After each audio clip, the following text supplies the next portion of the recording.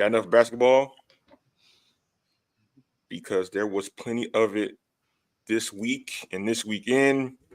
I have YouTube TV. And so one of the great features about YouTube TV is that you can watch 4 games at one time on one screen. No need to go to Buffalo Wild Wings. No need to even leave your couch or your house. It's all there for you.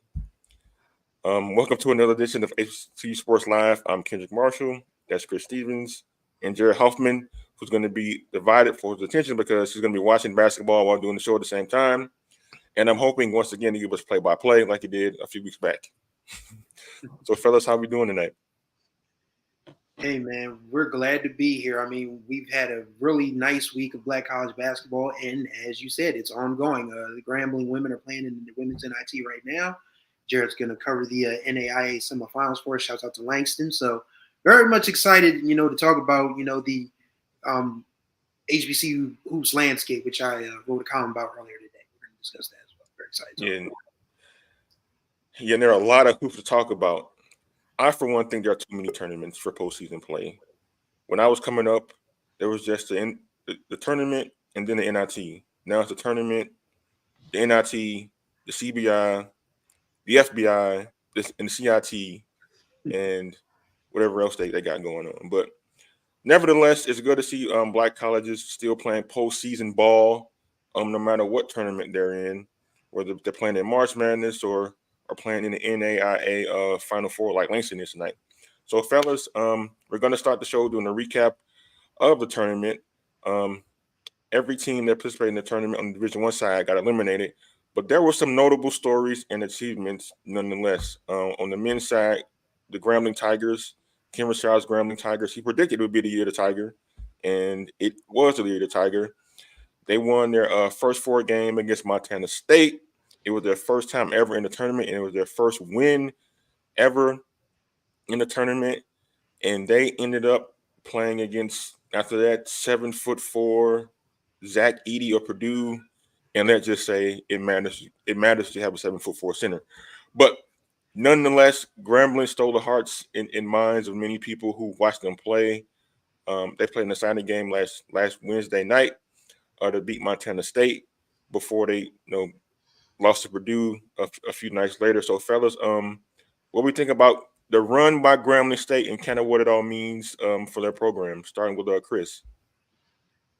Well, as we reported, Dante Jackson was adamant that Grambling is a basketball school, and I mean the results bear him out. I mean, first time in the dance, and that Montana State team was up by a significant amount in the second half. So we were all just kind of like, well, this is what happens when it's your first time in the tournament. You've never seen this sort of thing before. It's new. It's a new experience. We're just happy that Grambling made it. And Grambling said, no, we're not done yet. We're going to take this thing to overtime. They actually had a chance to win in regulation, but ended up, finishing off Montana State in overtime, which was an awesome thing to watch. And it was funny to watch Ken Rashad on Facebook saying, asking his esteemed better half if he could just continue on to Indianapolis following the team, which was awesome. But yeah, I think what it says for Grambling is that, and for SWAC and Division I HBC basketball in general, is we're close, man. We're very close. I think people feel like we need the multi-million-dollar facilities and all of that for basketball, and yes, those things are important. But it really takes one recruiting class to change a narrative, to change a program's trajectory. And Dante Jackson has done that with Grambling, because Grambling had not made an NCAA tournament in their Division I history. And lo and behold, they win the SWAC, regular season this year. They won the conference tournament. They beat Montana State. And they hung with Purdue for the first half pretty much. But then, as Kendrick said, when you have a guy that's 7'4", 300 that could just, drop shots in the basket, looking down in the basket with either hand, pretty tough thing to overcome. But I mean, that just proves that, you just need to go out and recruit and find a guy. I mean, you don't have to find, a Bol or Wembenyama or anybody like that. But you find somebody like comparable to an Edey, because I don't think Zach Edey's going to be an NBA All-Star. I mean, he might be a nice rotation piece, but I mean, if you could just have a kid like that on your team for 4 years in college, I mean, it could take you a long way. So that Grambling team should be very proud of themselves. The SWAC should be proud of them, and the whole HBCU community should be proud of them because they had a very good year, one for the record books and one that leads you to believe that this is just the start of something for Grambling State basketball. Yeah, true that. And for the record, Grambling State actually played Purdue better than Utah State did. Utah State gave up 100 points in the round of 32 to Purdue. So kudos to them. Like you said before, Chris, like Grambling State, they fought the first half. Actually, was within 4 points late in the first half of that game before Purdue turned it on in the second half. But yeah, Chris, Jared, what do you make of this Grambling team and kind of like their future? I know that was kind of close last year to making the tournament. They made it this year. You think they can keep this momentum going on down the road? Well, it all depends on how they go in the recruiting trail. I think they got a couple of guys that might be moving on soon. They got Jermichael Moulton and Jordan Smith. Both are seniors, both who were pivotal in this run for Grambling State. They got Kentavious for maybe another year or two. But I think they got to get out in the recruiting trail and they have to look forward to the future of their program because these guys, whether it's their last year or they got 2 years, they're going to be gone soon. So you got to start thinking about the future of your program, while you're in this offseason, while, continuing to build up this team that you currently have.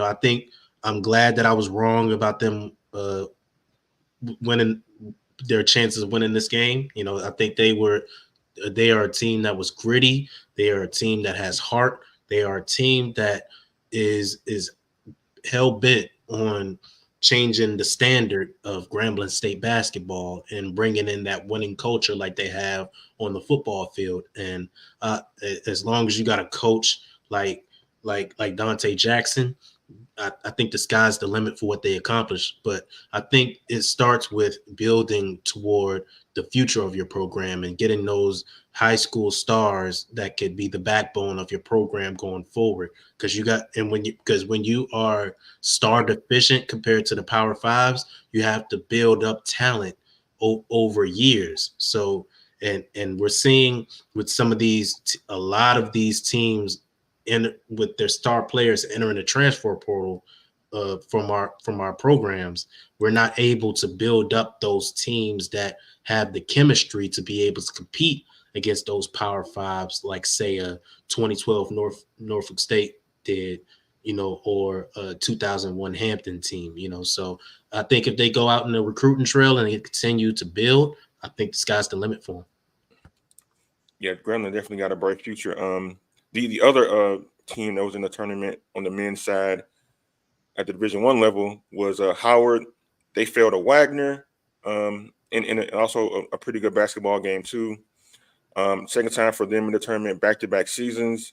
And just like last year, they didn't advance past the first round. But Chris, you follow MEAC more than kind of like I do or Jared does. Like, what do you make of their time in the tournament and their run that they made this season? Well, I mean, we all watched Norfolk State win the regular season championship and assumed that, this was going to be the year of the Spartan all the way around. But that Howard team just had a whole lot, like Jared just said about Grambling with grit and determination, because Howard was down to about 8 or 9 scholarship players going into the MEAC tournament. And a couple of those guys went out with concussion issues. So it was like they were 7 deep and somehow were able to knock off Norfolk State in the semifinals, hold off a determined Delaware State team in the championship game. And I think what happened with them at Wagner is just they ran out of bullets. Like, they shot extremely well in the MEAC tournament. I think they were like maybe 55% or something from 3. And then, of course, the legs started catching up to them. They started getting tired. The shots started falling short. And even though they came back late to make it a 1-point game, it was just too big of a hill to climb. But I think Coach Kenneth Blakeney has his team, 2 straight NCAA tournament appearances. That's obviously the right direction. But Howard has the ability to sell itself because, it's Howard University. They call it the Mecca for a reason. And, there are going to be kids that are going to want to go there because it is Howard University. And now that the basketball team is successful, then you have basketball players, with the grades and, the interests outside of athletics that can say, okay, I don't have to sacrifice, not being around my own people. I could go to Howard still win a MEAC championship and still, get the full HBCU experience and still have the degree that's going to get me a job once I finish. So I feel like Howard's future is very bright. I mean, the MEAC is going to be a very interesting conference as a whole next year, considering how this tournament has gone. But this year, it's just a testament to how Coach Blakeney coached those kids up and how well they performed under pressure and how just they were not going to let anybody take that title from them without a fight. Yeah, you mentioned they suffered a lot of injuries during the regular season. I think Blakeney mentioned in the pregame presser before the tournament started, they 82 player games missed by injury this season. Yeah, that's more than 2 seasons of full college basketball. To have that many guys out and to be able to rally troops like that and to be able to make a run not only in the MEAC tournament but get all the way to the NCAA tournament kind of speaks to their character, kind of speaks to Blakeney as a coach, and kind of speaks to their depth as a team. I mean, like to be able to overcome all that and still be successful, speaks to just how good of a team they was. But Jared, Howard, they fought to the end. They just ran out of gas against Wagner. What do you make of their season? Just to piggyback on Chris's point, all the things that are going on with Howard's team, you got to think about it. From last year, they moved on from Elijah Hawkins, who entered the transfer portal. You had Steve Settle move on from the team, and Shy Odom, who was one of their top 3 leading scorers. The other 2 were the top 3 leading scorers from last season 2. He was out with an injury. So you have all this turnaround coming from your team, and Blakeney just showing why he is the coach that he is and leading to have that no excuses mentality, the next man up mentality, and they got the job done. But I really think this season was about the not just the perseverance of the team, but the perseverance of Seth Towns. You think about his story, and I know a lot of people like to make the jokes and put the little ND jersey talking about, hey, just hang it up, big bruh, all this type stuff. But what people got to understand is that he went through a lot in his college career, all of the injuries that he's faced, all the time he had to miss.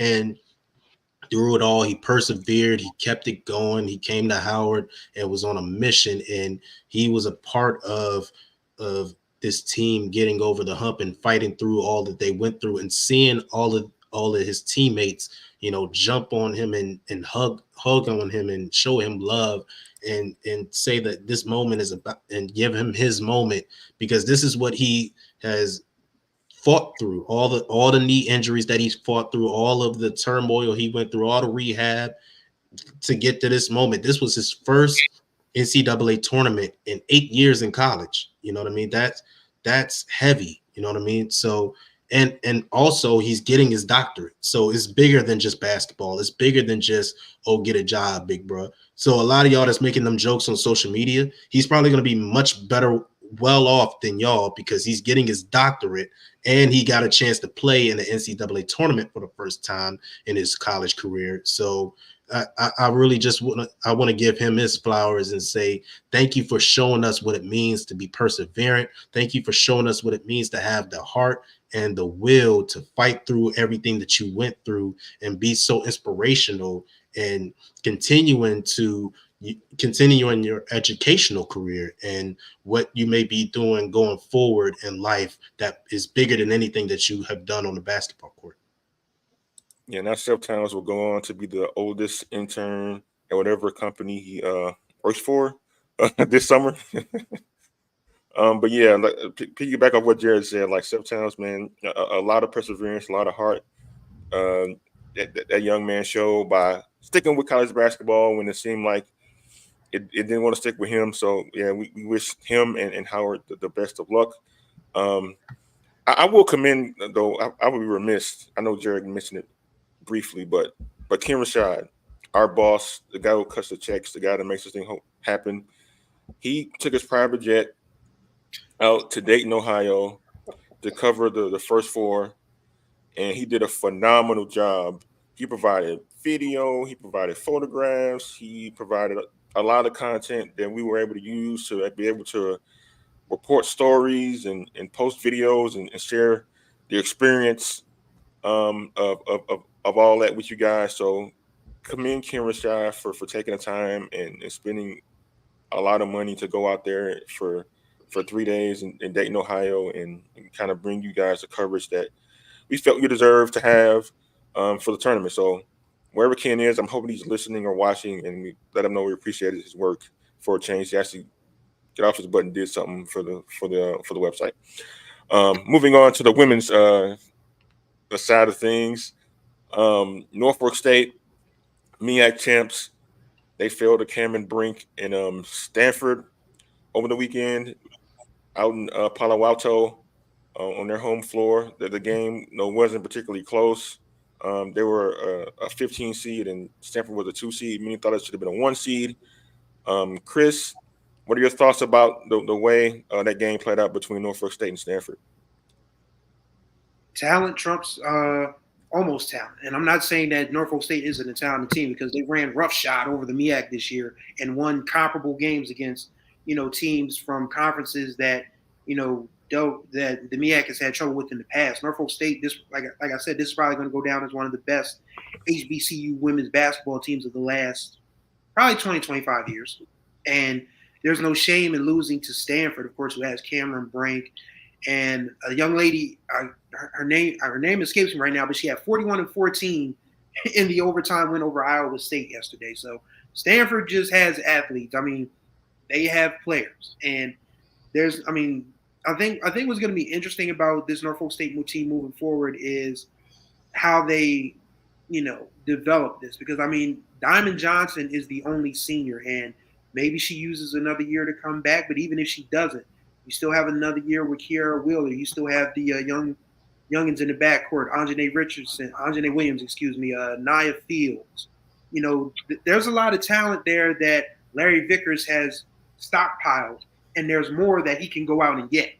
So if people think that this is the end of Norfolk State being a contender in the MEAC, you're sadly mistaken, because they're probably going to be the favorite again next year and probably the year after that. So they've had a phenomenal year. They just ran into a team that is probably headed to the Final Four. Yeah, Stanford, like I said before, a lot of people thought that should have been a 1 seed going into the tournament, ended up being number 2 seed, and they were just bigger than Norfolk State. You could see the size difference immediately, and Norfolk State kind of struggled with that, despite the fact how Kiara Wheeler held her own in the paint against Cameron Brink. But at the end of the day, just had a little too much size and just a little too much talent. But Jared Hoffman, what do you think about the future for Norfolk State? I know Chris touched on it a little bit earlier, but can they continue this momentum going, and can they continue to string together more tournament appearances down the road? Hate to sound like a broken record, but it's all in recruiting. It's all in recruiting. What, like Chris said, whether Diamond Johnson is there next year or not, she's not there long. So it's not going to be long enough to make a true impact. Kiara Wheeler isn't going to be there for much longer. Anjanae Richardson may not be there for much longer. So I think it's all about how you build for the future. You know what I mean? I think if you're building for next season, that's too short a window. You got to think long term. You got to think sustained success. That's why programs like Duke, that's why programs like North Carolina, that's why programs like UConn remain at the top, because they don't just think about this season. They think about the next 4 years and the 4 years after that. They're on the recruiting trail in the class of 2029.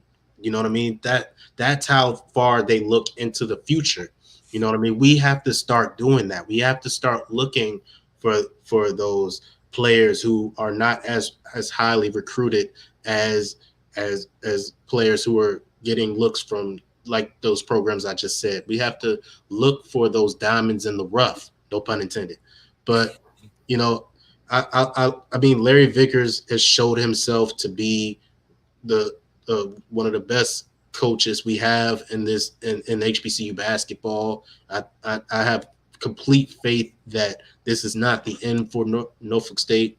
I believe they will be back. I believe Howard will be back, even though Ayanna Warren, I'm not sure. I'm pretty sure she played her last year eligibility this year, but I'm pretty sure Howard will be back. I'm pretty sure that North Carolina Central will be back, and they will learn from what they went through this season and be stronger. So I'm excited to see how Norfolk State continues to build and how they come back next year. Yeah, I think Norfolk State, no matter how their team is made up for next year, I think they're going to definitely be in the runner to go back to the tournament again. And guys, we're going to talk about a game that a lot of us had circled on our schedules, and that was Jackson State against UConn. 11-time champs, UConn women Huskies against the up-and-coming Jackson State ball club that we thought going into the game will compete and make this one kind of interesting. But in the end, it didn't turn out to be that way. UConn, led by Paige Beckers, who's just a phenomenal basketball player. Like, that was like my real first time like watching like every single moment of a UConn game with her as a part of it. And the way she moved the ball, the way she controlled the game, the way she orchestrated that offense was just masterful. And like, it was, I don't care if they would have been playing anybody that day, it would have been hard for the opponent to stop her and kind of like how she was able to work the game. Jackson State ended up losing that game 86-64, a respectable score nonetheless. But the first quarter, Jackson State got off to a very, very slow start. I think I logged it early in the game. They shot 2 of 10. They were 0 for 6 from 3, and they committed 5 turnovers within like the first, I think, like 6 minutes of the first quarter. Then UConn went on a 17-0 run, and that pretty much spelled the end of the game. But the fellas, like, how do you think, number one, Jackson State performed in the game, and number two, do you think like the environment, as kind of Tamika Reed said, we're going to a little bit, kind of impacted the way the outcome of the game happened? I'll start with Jared this time. Well, when I talked to Emily Adams, who I interviewed from the Hartford Courant, if you haven't seen that, check it out on our YouTube channel. She said it, and I want to expound on this a little bit later when we talk about another topic that we have planned, is that women's college basketball is a game of stars. You know what I mean? When you got players like Paige Beckers on UConn, you got Angel Reese on LSU, you got Caitlin Clark with Iowa, you got Juju Watkins with USC, and you got the player with Notre Dame, I believe Haley, I forget her last name, but you got the top seeds are the top stars. That's where the stars live, and that's where the best teams are for a reason. You know what I mean? So it's hard to overcome that. And when you're going into a game and with a talent gap, it's hard for you to overcome that. You have to execute almost flawlessly to be able to even have a chance. Remember, the closest we came was when Jackson State played LSU 2 years ago, and who do we have? Misha Williams-Holiday. So you got to have something to offset what is coming against you, and Jackson State just wasn't able to execute well enough to be able to have a chance in that game. So I think, I forget what the actual question that you asked was, but I just think that Jackson State did the best they could with what they had. And look, this is not an indictment on Jackson State as a team. I know a lot of people want to make it look like it was that way. A lot of people talking about the Jackson State fan base and thinking that they had a chance. Why wouldn't they think they have a chance? Do you want them to say that they're going to get blown out by 30? Like, no, we're going to have faith in our team because we believe that we are good enough to win, and we are rooting hard for our teams to win. You know what I mean? And even though I did come on the show and say I didn't think they had much of a chance to win, but I'm not in the. You did say that, Jerry. You really did say that. Even though I'm not in the Jackson State fan base, though, I was being objective. The list is fluid. I'm just playing. But yeah, I think it's hard to overcome a talent gap when you're not able to execute the way that you want to. This was unfortunately not the best game that Jackson State has played in a long time, and it all comes down to execution. And when you have a talent gap, execution is very important. Yeah, I got Brandon King saying Jackson State should have pulled a 85 Villanova to win against UConn. What are you talking about? Like holding the ball the entire game? Basically. A shot clock exists now. I can't do that. But Chris, what do you make of like Tamika Reed said in the post-game press conference that her players were a little bit jittery coming out, being in the environment they were in, being at UConn, playing against a historic program. And she made mention that, and we'll get to this in a second, she made mention that, like, it kind of factored in to maybe their slow start and kind of how hard it was in for the recover, kind of like after that. Do you buy that at all? Of course, because, I mean, you're going into, it's not on campus. I mean, they were playing in the XL Center, which, of course, is in Hartford, which used to be the Hartford Civic Center. Shouts out to the late, great Hartford Whalers of the NHL. But they took when the Whalers left, they put all those UConn banners up because that's where UConn plays.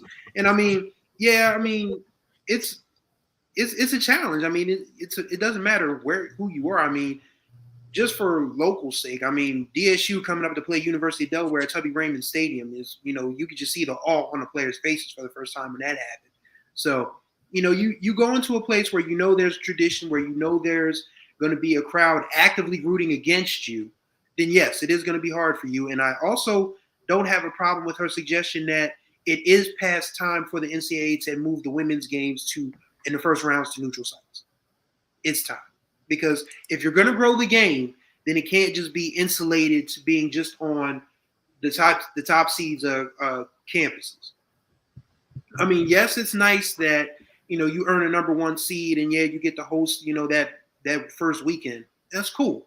But if you want to have the equality on the men's side, as everything is with Title IX now, everything has to be equal. Then it is time for the NCAA women's committee to start, thinking about neutral sites in the first and second rounds as well, because it does create a disadvantage. Because you're telling me that you expect a team from Jackson, Mississippi to go to Hartford, Connecticut, and a team from Norfolk, Virginia to go to Palo Alto, California, where they know that it's just literally going to be home court advantage. And home court advantage, I mean, it matters in a lot of sports. I mean, baseball is the only one that doesn't matter. Shouts out to the Phillies and the Diamondbacks. Jesus Christ.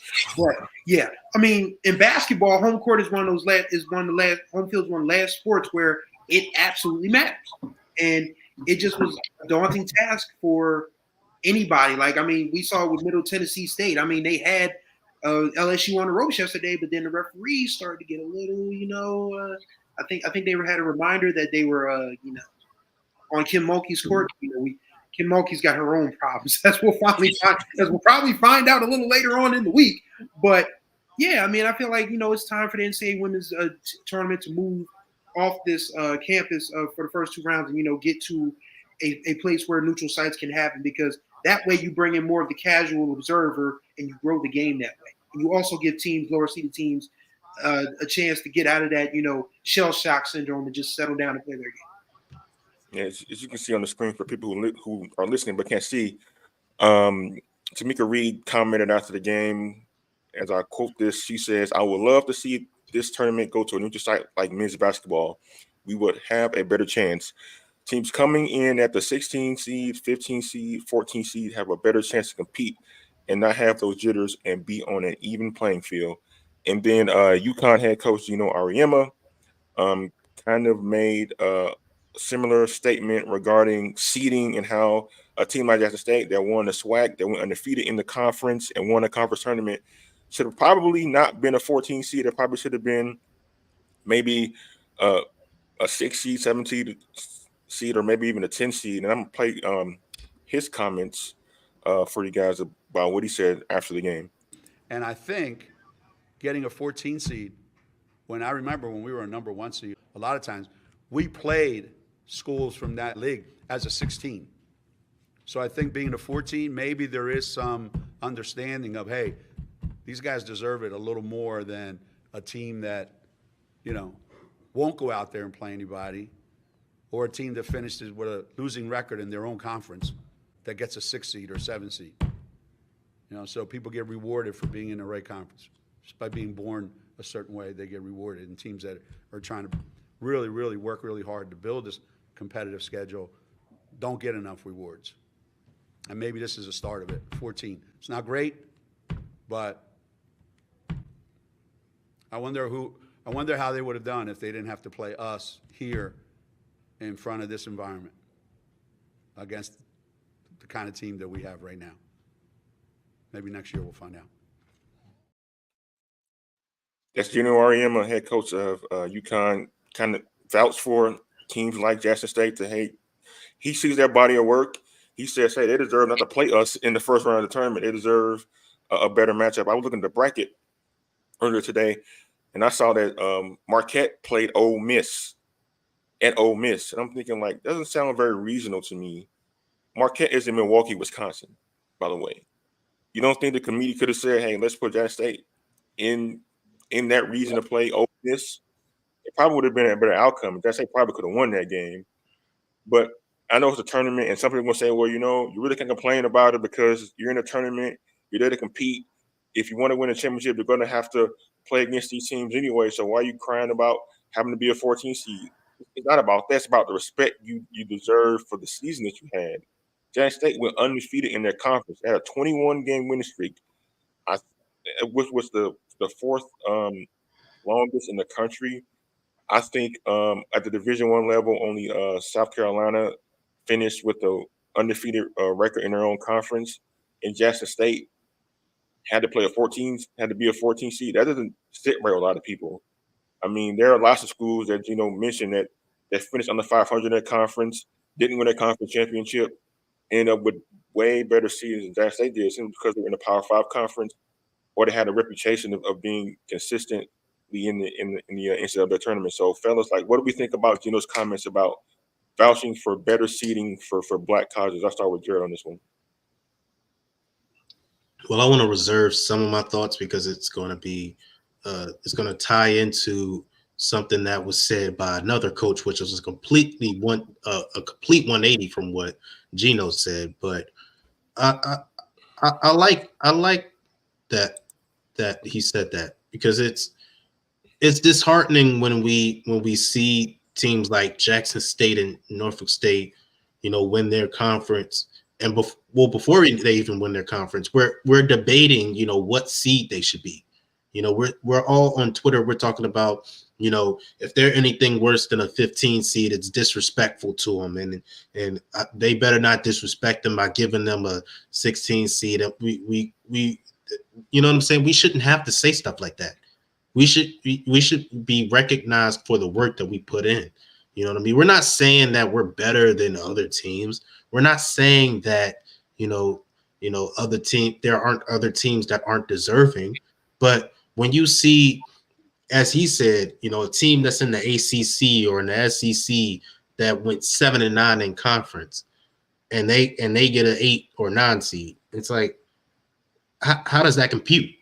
You know what I mean? That it doesn't make any sense to me. You know what I mean? So we have to get down to what the right criteria is for seeding, because you can't tell me that a Norfolk State team that went, I believe, 7-1 in out of conference play didn't deserve a better seed than 15. You know what I mean? Even though they had the hiccup against Howard in the regular season, and that was their only conference loss, you can't tell me that that's not deserving of a seed better than 15.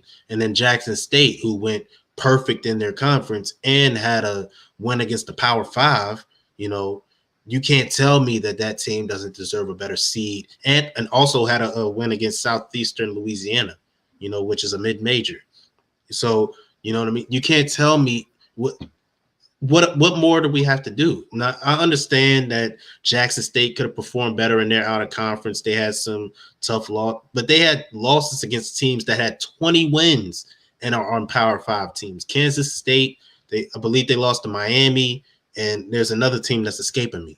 But I understand that scheduling may have to be the thing, but Jackson State didn't have that problem. They played teams that are in the tournament. So what are we talking about? Maybe Norfolk State could have scheduled more teams maybe they could have scheduled Maryland. They could have scheduled Virginia Tech. They could have had teams like that on their schedule. But I just think that there needs to be a clear, concise criteria as to what it would take for these mid-major teams to get better seedings, because I don't think that it's clear amongst the fan base. Yeah, like the tournament committee, they rank all the teams 1 through 68, and the pecking order normally goes how we see it played out on Selection Sunday, where the UConns of the world, the Stanfords of the world, the South Carolinas of the world, they're at the top of the food chain, and then you have the leftovers from their conferences in the middle, and then you have the mid majors kind of fill out the rest of the poll. But as we all know, the committee really does mid majors, especially black colleges, no favors when it comes to seeding. It seems like those schools are always seated way too high, or they're putting a playing game. I remember years ago there was actually an outcry when the playing game first started, at least on the men's side, that it seemed to only be the HBCU Invitational. Like those were the only schools in it, and then I think a couple times the game that was the single playing game featured both teams were black colleges.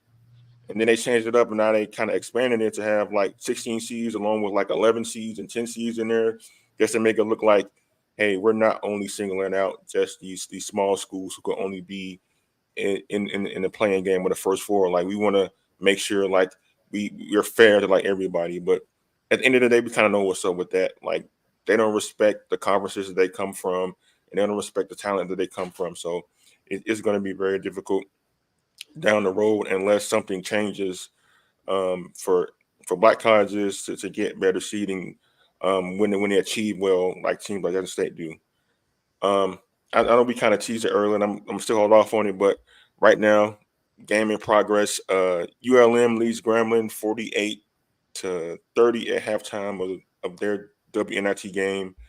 Grambling beat Oral Roberts over the weekend in their first round matchup in the WNIT, and also in the WNIT, North Carolina A&T, they won on a buzzer beater over Old Dominion, I think it was. They played over the weekend. Yeah, you see the caption I put there, "Shoot or shoot." That was a quote from Malia Breakhorn. She ended up making the game-winning shot for North Carolina A&T over the weekend to send them to the Sweet 16 to the WNIT. I know, Chris, you have spoken very highly of that ball club all season long. You thought that they could actually win the CIA. You think they could win the WNIT? I don't see any reason why not. I mean, right now, they've already taken down UNC Greensboro. I mean, they've settled the fact who is the number one team in that town, and then of course they beat a really good Old Dominion team. I think what makes A&T such a special case is that they just don't.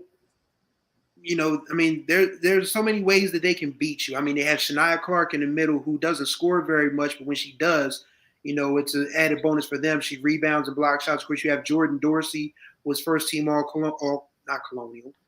We keep saying Colonial. It's Coastal.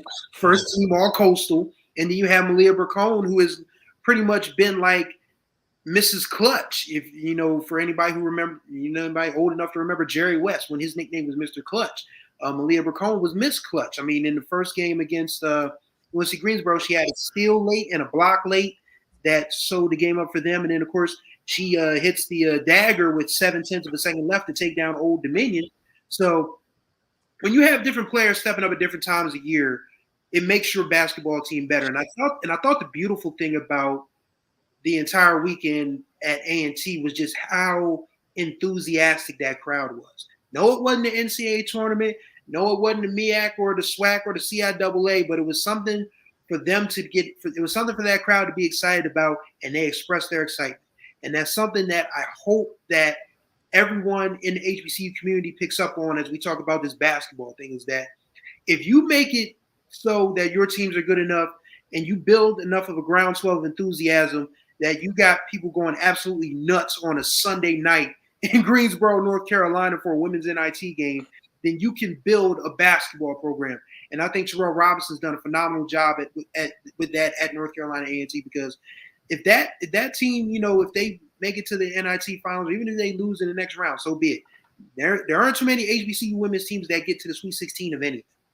So for this A&T team to pull that off, it's great, and it probably puts them in position to be a coastal favorite next year. So very much, excited and proud of that North Carolina A&T team, as we all should be.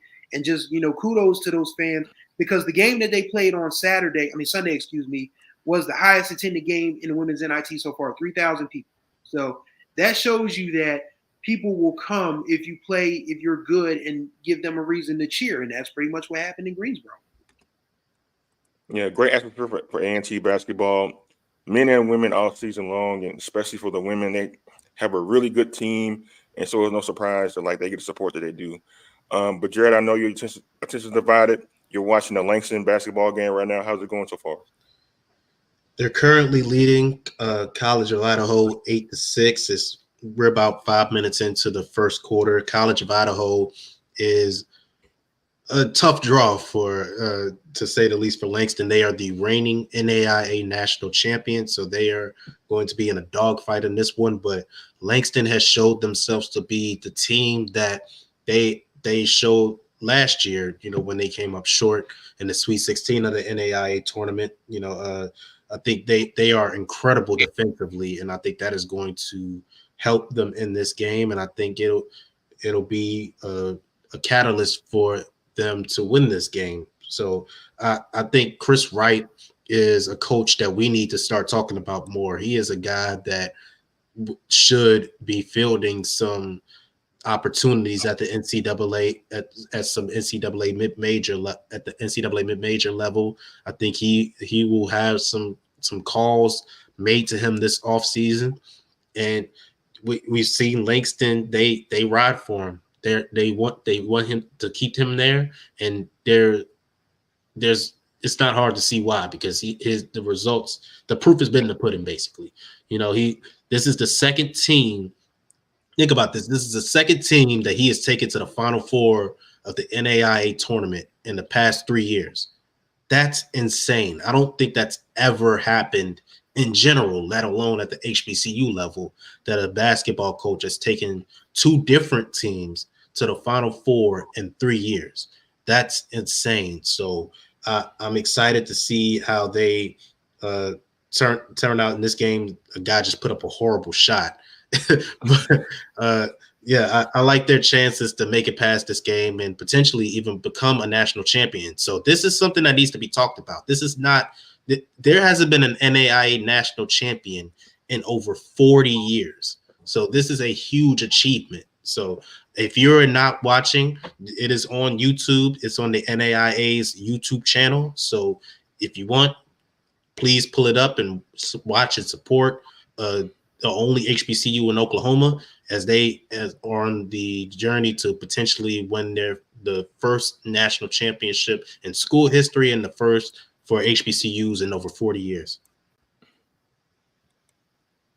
Yeah, I mean, Langston, they've been on a 2-year run that's been remarkable for their level and for black colleges too. I know last season they went 32-1, something crazy like that. They made a deep run in the tournament but got eliminated. Now they're in the Fab Four, they call it out there in the IA. So they're pulling for them. We're hoping they complete the task and win the championship. They definitely have a great enough team to do it. I think that may be all of the recaps and previews we've done so far. If I'm missing anything, I'm sorry, but there was a lot of basketball that was played over the weekend. I know Norfolk State's men's team, they advanced in the is the CBI tournament? CBI tournament. Yeah, the CIT tournament. Okay. Yeah. So they advanced in that tournament. We wish them luck too.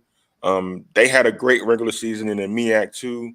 I know they beat Alabama A&M in their game on Saturday. So they could be in position to win the championship too. So we could have multiple schools winning championships is always great. Which sets us up for something that Chris Stevens actually wrote over the weekend that was published today on our website. He mentioned that in order for black colleges to really put themselves on the map athletically, they should invest more in college basketball, whether it's fan support, whether it's resources, whether it's attention, what have you. Chris kind of laid out in his column, which you can check out on our website right now, about how that can be possible and some of the advantages that black colleges have over PWIs in terms of attracting talent and being a place where athletes should be. So I'm gonna give Chris all the room he wants to kind of go further into his column and kind of his thesis, if you will, about like how Black colleges could set themselves up for success through basketball. Well, I didn't expect to have a forum for this, but okay, I'll take it. That's fine. Just watching this week just passed. I mean, we saw some really good basketball. I mean, we saw Grambling come from 14 down to beat Montana State. We just mentioned the North Carolina A&T women, having their gym absolutely on fire for the women's NIT. We saw Grambling take down Oral Roberts. For the in the first round of women's NIT. So basketball, and as I said at the end of my column, this is not a call for us to just forget about football, because football and basketball, whether people choose to admit it or not, are what we like to call as journalists the front porch of your university. And if you get those two sports in tandem, then you can build a strong athletic program that can, feed your Olympic sports and your non-revenue sports. But you got to have one or both. And basketball feels like the easier sell right now because the playing field is a little more level because of the portal and NIL. Now, if our schools can embrace, the portal is going to be what it's going to be. Kids are going to come, kids are going to go. I mean, Delaware State just lost 2 guys from the MEAC championship runner-up team today. So, the portal is going to be what it's going to be. But coaches have to, take that with a grain of salt. Okay, yes, I lost this kid to the portal, but I can bring in another kid. Or I can bring in another 2 or 3 kids. And then, of course, with NIL, if you can show that your kid, if you can show your recruits that the opportunity to not only play college basketball and get a degree, but still make a little money on the side, if you advertise with this restaurant or if you advertise with this business, it can work out for you here at our school. And as I noted in my column, 700 players hit the portal on Friday at a Division I level. Not all of them are going to find Division I homes. So the kids are going to have to realize sooner or later that you need to make your first choice your best choice, or if you really have a good situation, don't walk away from it, because not everybody's going to get a spot at the school that they desire. It's gonna be a crapshoot. It's gonna be, I don't want to say fish in a barrel, but it's gonna be a whole lot of movement going on. But it's not gonna be a lot of people getting their first preferences in terms of destination. So the portal is gonna work itself out to the point where kids only use it when they need it. Because kids are just using it now because it's like a shiny new toy. Like, those of us who were gamers when we were kids, when we first got, some of us, tell you how old I am, when I upgraded from Nintendo to Sega Genesis. So, when I got that Sega Genesis, man, when it was NHL 93, Bulls versus Blazers, that was like a shiny new toy for me at that point. But, it's just, the portal is a shiny new toy for these kids, and so is NIL. And it's all gonna, I'm not saying kids are gonna get tired of it, but it's definitely gonna even itself out to the point where we don't see as much movement. So, yes, we see movement now, but it's not gonna be 700 kids in the portal on the first weekend, and that they can hit it. It's just not going to happen. So basketball, football, you need probably 25 or 30 players to change a program around. Basketball, you probably need 3 or 4. And you can get 3 or 4 fairly easily today because, you can look around and see, and going back to Jared's point about recruiting early, like, the girls' player of the year in my state, Delaware, Giselle Gigi Banks. I'm sure people have heard her name, but if you don't, you need to go to YouTube and get familiar. She is the real deal. She won player of the year here as a 9th grader. She already has an offer from Dawn Stanley in South Carolina. That's what our coaches need to do, to piggyback off of Jared's earlier point. You need to start looking at these kids early. Like, yes, it may seem silly, but yes, you may need to go to some 8th grade games and some 7th grade games in this AAU market. Just go see the kids and say, okay, all right, keep my eye on this kid. Might grow to be somebody, may not, but if they grow, we'll keep tabs on. So you can't just start at the high school level anymore with basketball, because these kids right now, they have mixtapes. There are 7th graders with like overtime and ball is life followings, for crying out loud. So you got to get in on the ground floor. Like, this is a new era of basketball. You can't just wait until a kid is a senior for junior in high school and say, okay, I'm going to watch them now.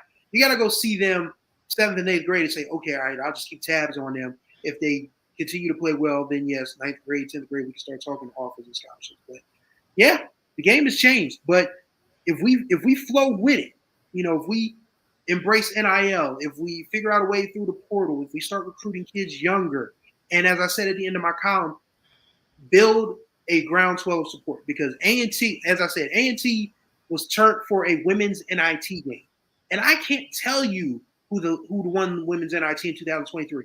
I can't tell you who won the men's NIT in 2023. What I can tell you is those people showed up and showed out for their classmates or friends or whatever over this past weekend in Greensboro. If North Carolina A&T can sell the joint out for women's NIT, then there's really no excuse for anyone else at the MEAC or SWAC level to be able to build that sort of support. So it's all in support, it's all in recruiting, it's all in adjusting to NIL and the portal. And these are things that we can do because you only need one. You need one recruiting class to change the trajectory of your program. But once you do that, the dominoes start to fall. Yeah, it was a really good column by Chris that published this morning. And one thing that struck me when I was reading it and you were laying your argument out, I kept thinking about you're right on a lot of points, but the one thing that I think we will be remiss not to mention is the disparity in resources financially between the schools that we see every March make a run in a tournament and win championships and everybody else. Is that it's so great that it kind of makes it difficult. I know it's starting to kind of shift a little bit. You see a lot of mid-majors now, especially on the men's side, not only putting up upsets, but making deep runs in the tournament. I know last year, Florida Atlantic actually played for the national championship against UConn. So, and before that, it was Butler and then VCU and schools like that playing for the national championship, going to the Final Four, things of that nature. So it's starting to shift on the men's side a little bit, but those runs aren't consistent enough. Like, there's not enough Gonzagas that are considered a blue blood now, despite the fact they play in the West Coast Conference, despite the fact from where they started from long ago in the 90s up until now, they're considered in the same vein as Kentucky and North Carolina and Duke and all those schools, because it took them 20-something years to build their program up to that. And so for black colleges to kind of emulate that, it's going to take that same work. It's going to take a lot of money. It's going to take a lot of thinking differently of how to approach basketball recruiting too. So I think in that regard, I think in black colleges really, especially in states where basketball is kind of the sport, maybe it'd be hard to do like in the deep South where basketball is thought of the same way, but in those upper East Coast areas, northern areas where basketball is kind of the sport, I think that could be possible. But it's going to take a lot of equity, as we all know. We saw in the news how much black colleges are owed by their states in terms of funding and grant money and things of that nature, going back generations in the millions and sometimes billions of dollars. And that plays a big role too in why you see the disparity in athletics the way it is, from the teams to the resources to the facilities, everything else. That kind of factors in there too. So I think in a lot of ways, like if that's ever get rectified, you'll see us be Gonzaga and us be some of those teams that make those deep runs in the tournament. But I know, Jerry, you want to get into some comments a very prominent college basketball coach made before the tournament about mid-majors and their place in the tournament. Yeah, so when we talk about leveling the playing field, we're talking about the gap between the Power Fives, the Group of Fives, and the mid-majors. What's the difference between those teams? It's money, it's funding. So a team like in the SWAC or the MEAC, or even teams that are in the whatever conference Farley Dickinson's in, who beat Purdue last year, who you have all of these mid-major conferences that don't have the same funding as these conferences. What do they need? They need money. And what's the best way to get money is to win and to find their way into the NCAA tournament where they can get that $2 million payout. But the big conferences, they don't like that because they have teams that, are left out of the fray because they lose in their conference tournament and they suffer as a result of the teams who are guaranteed at-large bids for winning in the conference tournament. Cue up Tom Izzo, who says that they should rethink, or I don't want to put words in his mouth, but it's along the lines of me paraphrasing, saying that he thinks that the NCAA should rethink the mid-major teams getting at-large bids. I mean, not at-large bids, automatic bids. Automatic bids for winning the conference tournament. And the SEC commissioner, Greg Sankey, I want to read this quote because this was just insane to me. He said, and I quote, "Giving away highly competitive opportunities for automatic qualifiers from smaller leagues, suggesting automatic qualifiers in mid-major conferences be taken away in favor of power conference teams. I'm a Division II guy, so I'm always looking for the little guys. I'm not very big myself, so I always have an appreciation, and maybe that would be a reason to expand. I just think what's happening now, everybody likes the upsets in the first weekend, but I'm not sure moving on, that's what's best for the game. I think it's good to be looked at seriously."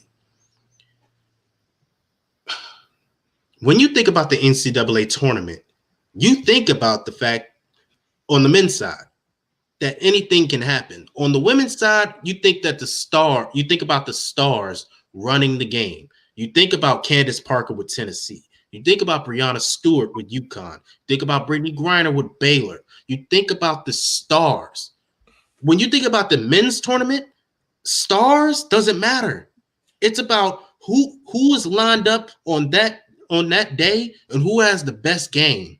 And the best team on that day wins. That's why St. Peter's, as a 15 seed, went to the Elite Eight. That's why Farley Dickinson beat Purdue, who had the National Player of the Year, Zach Edey, on their team last year. That's why George Mason in 2006 made it all the way to the Elite Eight. That's why, or Final Four, I think.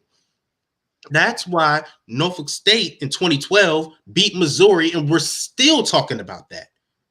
Mid-majors are the backbone of what makes the NCAA tournament so fun. I know we remember the Villanova winning the national championship in, I believe, 2016 on a buzzer beater. I know we remember Grant Hill throwing the outlet pass to Christian Laettner and him hitting the shot at the buzzer to advance in the Sweet 16. I know we remember the Fab Five of Michigan. I know we remember Arizona winning the championship in 97. I know we remember all of these Power Five teams who had dominant runs. Kemba Walker in 2014 having an insane run in the Big East tournament and then carrying it over to the NCAA tournament. We get that. But what makes the men's tournament so exciting is those mid-major teams who at any given moment can be upset-minded and knock off the team that we think is championship-bound.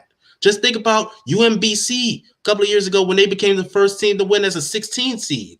I don't think we ever would have thought that a 16 seed could win in the NCAA tournament. It hadn't happened before, but it happened. And look what's happened since. We've had a 15 seed in the Elite Eight. We've had multiple 15 seeds win so often. We don't even shrug at that anymore. It's a normal occurrence in the men's tournament. In the women's tournament, a 14 and 15 seed has never won past the first round. So that tells you the difference.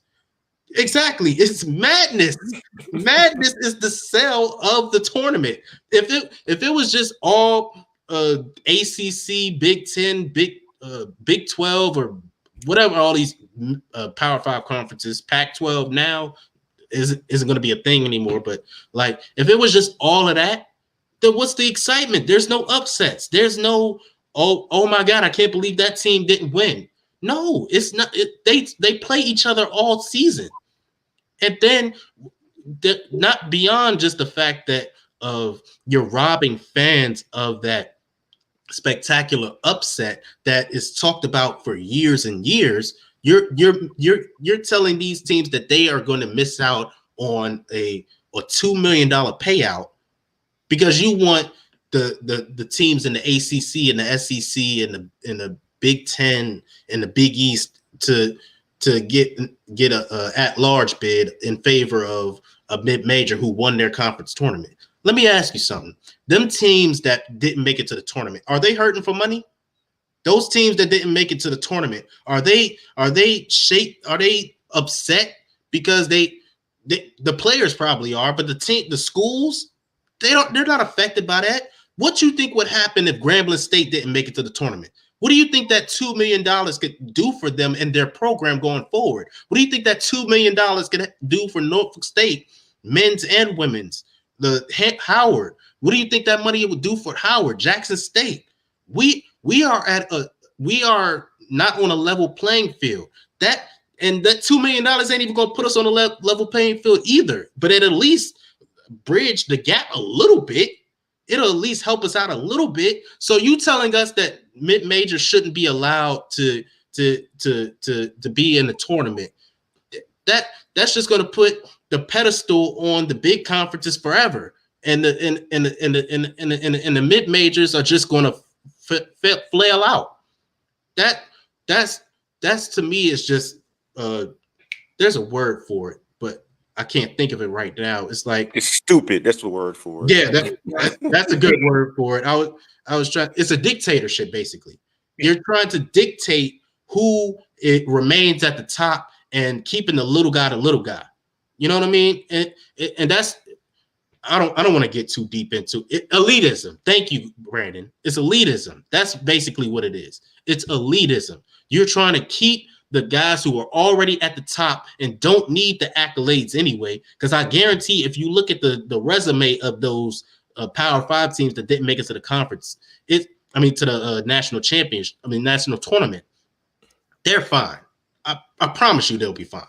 And granted, yes, we our mid majors need to get over that hump, and we need to get one that to finally make it to the national championship game and win it all. Yes, it's a results game at the end of the day, but you're robbing us of the opportunity to prove ourselves. You're robbing us of the opportunity to bridge the gap at least even a little bit.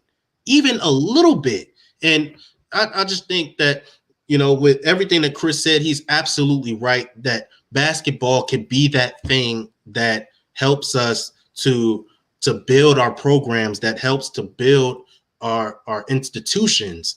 But, comments like this, that mid-majors shouldn't get automatic bids for winning their conference tournament. You're robbing us of the chance to better ourselves. And I just didn't like that. I don't like that at all. Yeah, good points all around, Jared. Chris, anything to follow up that one by Jared? Well, yeah. First of all, Tom Izzo's a clown. Let's start there. And I find it very interesting that he has a complaint about AQs, because the team that pulled off one of the most exciting upsets of last weekend used to be a Michigan State satellite campus. We're talking about Oakland. So imagine what you're saying to a guy like Greg Campy, who has been coaching at Oakland since 1984. My colleagues were not born. I was 2 years old. So, we're talking about a guy who's literally is a lifer at an institution that started off as a Division II, then moved up to a mid-major, then was an overtime away from the Sweet 16, and they got jerked in that final possession in regulation in North Carolina State. By the way, say it again, Chris. That was because that ball clearly went off a homeboy's pinky. We don't know if Oakland would have got off a shot in the last 1.3 that would have won it, but it would have been nice for them to have the option. They didn't have the option, so yeah, Oakland got screwed out of the Sweet 16. I'm going with that, but yeah. And Greg Sankey's comments are hilarious because the SEC has won exactly how many tournament games this year? Two, maybe. Yeah, and they had like 7 or 8 teams in. So maybe y'all should start holding y'all into the deal. Maybe y'all should start carrying y'all own weight. Maybe y'all should be in the first 4. This is what I would like to see. I would like to see any assortment of these 4 PWIs. Not PWIs, excuse me, or Power 5s that get these at-large bids. I want to see them in Dayton. I don't want to see a conference champion from the Horizon League or the Ohio Valley or the Missouri Valley or the MEAC or the SWAC in the first four. I want to see that team that finished 7-9 in the ACC. I want to see that team that finished 8-8 in the SEC or the Big 12 in the first four. If y'all are good enough to get out of the first four, then damn it, prove it. Our schools shouldn't have to prove it because we won our conferences. Grambling won the MEAC. Grambling won the SWAC. Excuse me. Howard won the MEAC. They shouldn't have to prove anything to anybody in a first four situation. If you didn't win your conference in the SEC and the ACC, oh well, tough nuggets. Get your butt to Dayton and prove it. That's where I stand. You know what's funny about that, Chris? One of the teams that lost in the first four, Virginia. They didn't give it every year. And it wasn't. They didn't even care. They didn't even care they were there. They didn't even care. They were like, and it wasn't even close. Too. Hold on. I'm looking up the final score right now. I think it was like 67 to 47, I believe. They lost by, I believe, 20. They lost by 25 points to a Mountain West team. And do you think they cared? Like you said, did you think they cared at all? Not a bit. Not a bit. Guess what? They got that national championship a couple years ago. Mm-hmm. So what are we talking about here? Like what are we talking about? Oh, we need to fight for these ACC teams or Big Ten teams or Big East teams that were left out because of the automatic bids from mid majors. They are doing just fine. I promise you, they're doing just fine. And if you think like he said that like that, oh, we got to fight for the little man that didn't get in because these other little guys didn't get in because they're automatic qualifiers. That's stupid. It's stupid. Like Kendrick said, that's stupid. I mean, like, you can't say what Greg Sankey said about being for the little guy and then said, oh, upsets are bad for the tournament. But that's why everybody's watching the tournament. People don't even fill out the bracket first to say, well, I think this team will win a championship. They fill out their bracket first to pick the upsets. That's the thrill of it. MGM Grand, Vegas, DraftKings, FanDuel, they're making a boatload of money off people betting the underdog every year in the tournament. Every third ad on television, every third ad on social media is a darn betting ad. And it's especially being driven now by the tournament where everybody spends time watching all these games and betting on them. And they're not betting on chalk. They're betting on upsets. No. They want to see the 12-5 upset. They want to see the 13-4 upset. They want to see the 15-2 upset. So, yeah, like Tom Izzo, who I respect as a coach, but he just, as my guy Derek said, is trying to create a monopoly for the Power 5 conferences. And plus, like, you got the NIT on the men's side now saying, well, no longer will they consider automatic bids for schools who win their regular season championship but don't make the NCAA tournament. You know what's going to impact? It's going to impact black colleges if that happens. Exactly. Because they want to have a system where a setup where Power 5 schools go to make the NIT, which is a dying tournament, more attractive to the public. Because at one point, way back in the day, the NIT used to be considered more prestigious than the NCAA tournament, believe it or not. Yep, that's a fact. And then, like, when the marketing machine got behind the NCAA tournament, that's when it all flipped. So the NIT is trying to save itself, and they're going to rely on the Power 5 schools to try to do that for them. But at the end of the day, like, we talked about this at length, ad nauseum almost, of how, like, small schools, black colleges are always fighting this uphill battle for respect and for legitimacy. And at every single turn, you see the people in power, the people who make decisions, the people who can really affect change. They rather have the status quo. Now, you may have people like Gino Auriemma who says, like, I feel bad for these kids having to play us as a 14 seed, coming to play a 3 seed. But he has no real power to change on his own unless he gets other coaches and the conference leaders to do that as well. And that's not going to happen because they want to hog all the money. You see most recently that ESPN signed that huge mega deal, broadcasting rights for the college football playoff, $3 billion, I think it was, and all that money is going to go to those Power 4 conferences now. And none of that money is going to be seen by conferences that we represent here on this live stream. So it's all one big monopoly, as it's been said earlier, and they're trying to keep the power and the dollars and the influence in their corner and not want to share it at all with everybody else. And with that being said, that's going to end our show. I'm Kendrick. That's Chris. Please be so kind to subscribe to our YouTube channel. Follow us on social media. We're on X, we're on Instagram, we're on Facebook, and now we're on TikTok. And Ken is making all sorts of TikTok shorts, despite the fact he's out of the age group for TikTok shorts to be made.